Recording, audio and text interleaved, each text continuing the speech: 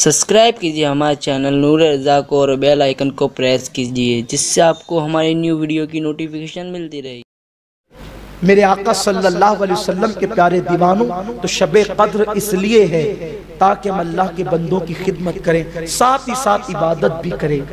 اور آپ نے سنا کہ شب قدر میں اگر کوئی اتنی بھی عبادت کر لے کہ جتنی دیر بکری کا دودھ دویا جاتا ہے تو اللہ اس کی بھی مغفرت فرما دے، بلکہ جو عشاء کی نماز با جماعت پڑھ لے اور فجر کی نماز با جماعت پڑھ لے، اللہ تبارک و تعالیٰ اس کو بھی پوری رات عبادت کرنے کا ثواب عطا فرماتا ہے۔ اور کتنا ثواب عطا فرماتا ہے؟ 1000 مہینے سے بہتر ثواب عطا فرماتا ہے۔ لیکن یاد رکھو، اپنی گفتگو ختم کرتے ہوئے عرض کروں، شب قدر میں سب سے بڑی عبادت اللہ کی مخلوق کی خدمت کے بعد یہ ہے کہ رب کی بارگاہ میں اپنے گناہوں سے توبہ کی جائے، اللہ کی بارگاہ میں معافی طلب کی جائے، کیونکہ مغفرت بڑی چیز ہے۔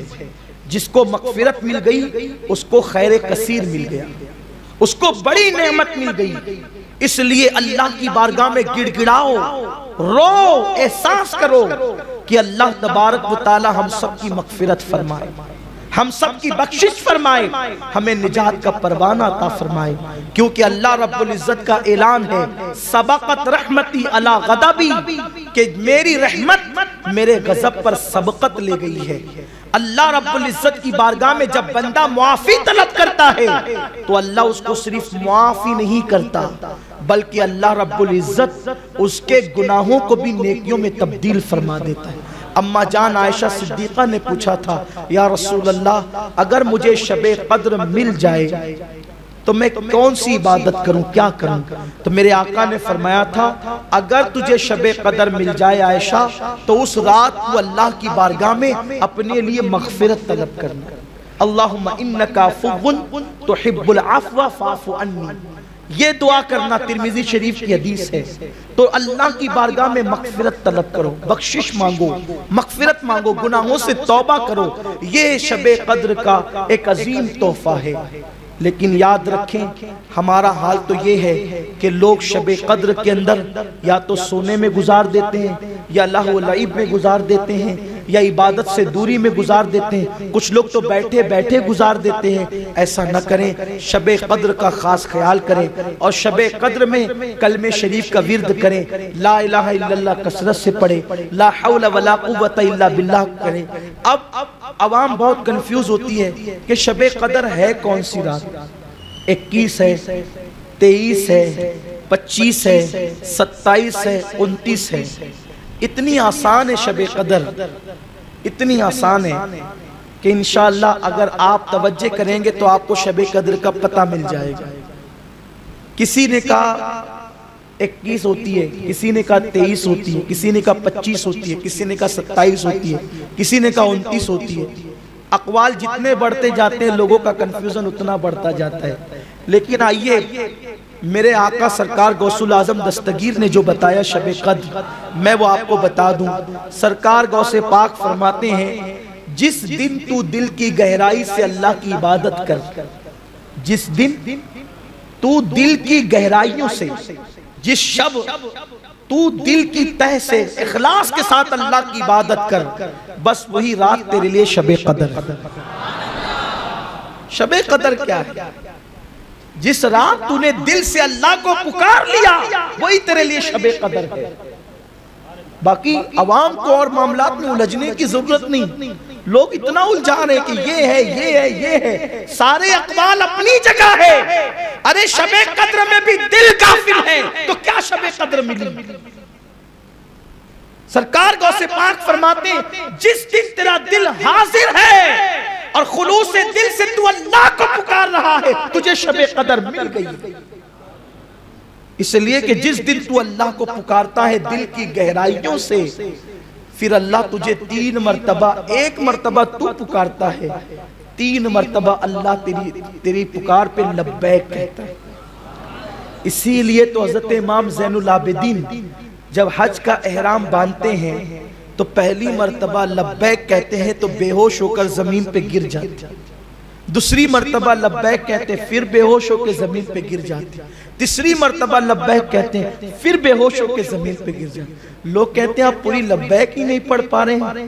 لبیک اللہم لبیک لبیک لا شریک لک لبیک ان الحمد والنعمت لک والملک لا شریک لک، یہ پوری لبیک ہے لیکن وہ پڑھ نہیں پا رہے۔ لبیک کہتے ہیں زمین پہ گر کے بے ہوش ہو جاتے ہیں۔ کون؟ سید العابدین، زین العابدین، کریم ابن کریم، سید ابن سید، سخی ابن سخی، ولی ابن ولی، علی ابن علی، ان کا نام بھی علی، ان کے دادا کا نام بھی علی۔ اس قدر عبادت گزار ہیں کہ روزانہ 1000 رکعت نفل نماز پڑھتے ہیں امام زین العابدین، اسی لیے ان کو سید سجاد کہا ہے، یعنی سجدہ کرنے والوں کا سردار۔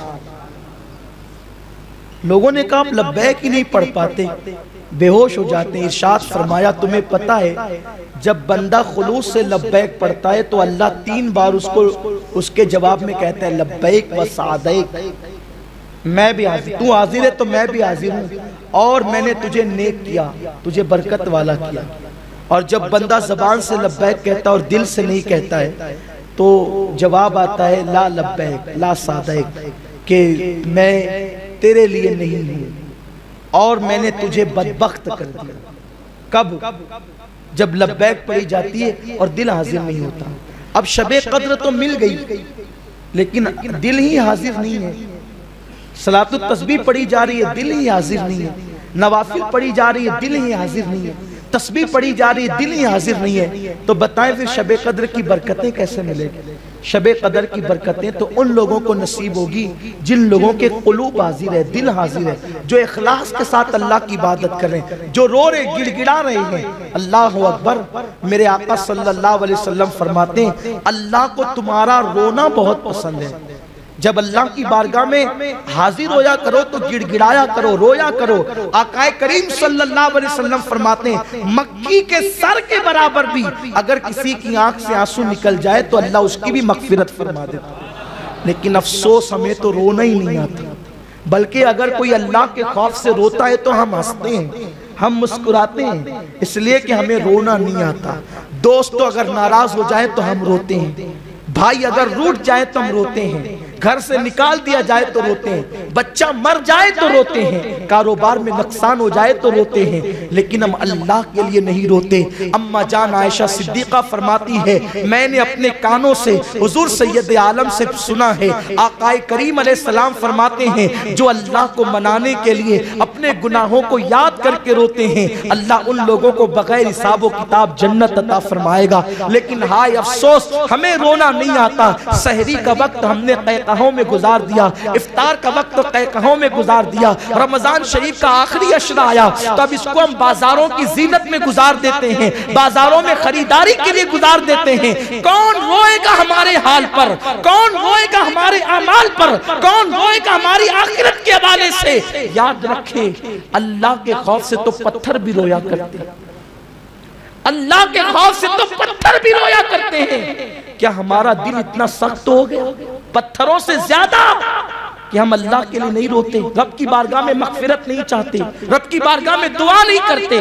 اللہ کے حبیب صلی اللہ علیہ وسلم نے فرمایا جس کو ماہ رمضان ملا اور اس کی مغفرت نہیں ہوئی وہ اللہ کی رحمت سے دور ہو گیا۔ ماہ رمضان تو مل گیا، کیا مغفرت بھی مل گئی؟ کیا بخشش بھی مل گئی؟ کیا نجات بھی مل گئی؟ بتاؤ اگر نہیں ملی تو یہ قہقہے کیوں ہے؟ یہ وقت کی بربادی کیوں ہے؟ شب قدر تلاش کرنے کا شوق کیوں نہیں ہے؟ اب ہمارے پاس چند دن بچے ہیں، کاش کہ ہم اس کا احساس کر لیں، کاش کہ ہم اس کو غنیمت جان لیں، اس لیے کہ کل کا دن جمعۃ الوداع ہے، ماہ رمضان شریف کا اس سال کا آخری جمعہ ہے، پھر پتہ نہیں آئندہ سال ماہ رمضان شریف تو ضرور آئے گا، پوری رعنائیوں کے ساتھ آئے گا، پوری برکتوں کے ساتھ آئے گا، لیکن اس میں ہم رہیں گے یا نہیں رہیں گے کوئی گارنٹی نہیں، اس لیے کہ پچھلے سال جو تھے اس سال وہ نہیں ہے، پچھلے سال جو ہماری محفلوں کی زینت بنتے تھے اس سال وہ نہیں ہے۔ کہیں ایسا تو نہیں کہ ہم بھی نہ ہو سکیں گے، ہم بھی نہ رہ سکیں گے؟ اس لیے اللہ کی بارگاہ میں دعا کرو اللہ بار بار ماہ رمضان شریف عطا فرمائے، اور اللہ ماہ رمضان شریف اس کے اور اس کے حبیب کے حرم میں عطا فرمائے، اور اللہ ہمیں زندگی میں کم سے کم ایک مرتبہ شب قدر ضرور عطا کرے، شب قدر اللہ ضرور عطا کرے۔ اور اب جو تاک راتیں بچی ہے، آنے والی تاک رات 27ویں شب ہوگی، اس کے بعد 29ویں شب ہوگی، امید ہے کہ آپ دعائیں کریں گے، اور دعاؤں کے ساتھ ساتھ صلاۃ التسبیح دیگر نمازوں کے ساتھ ساتھ انشاءاللہ اپنے غریب پڑوسیوں کا بھی خیال کریں گے، رشتہ داروں کا بھی خیال کریں گے، اور صحیح معنی میں اس سال شب قدر منانے کی کوشش کریں گے۔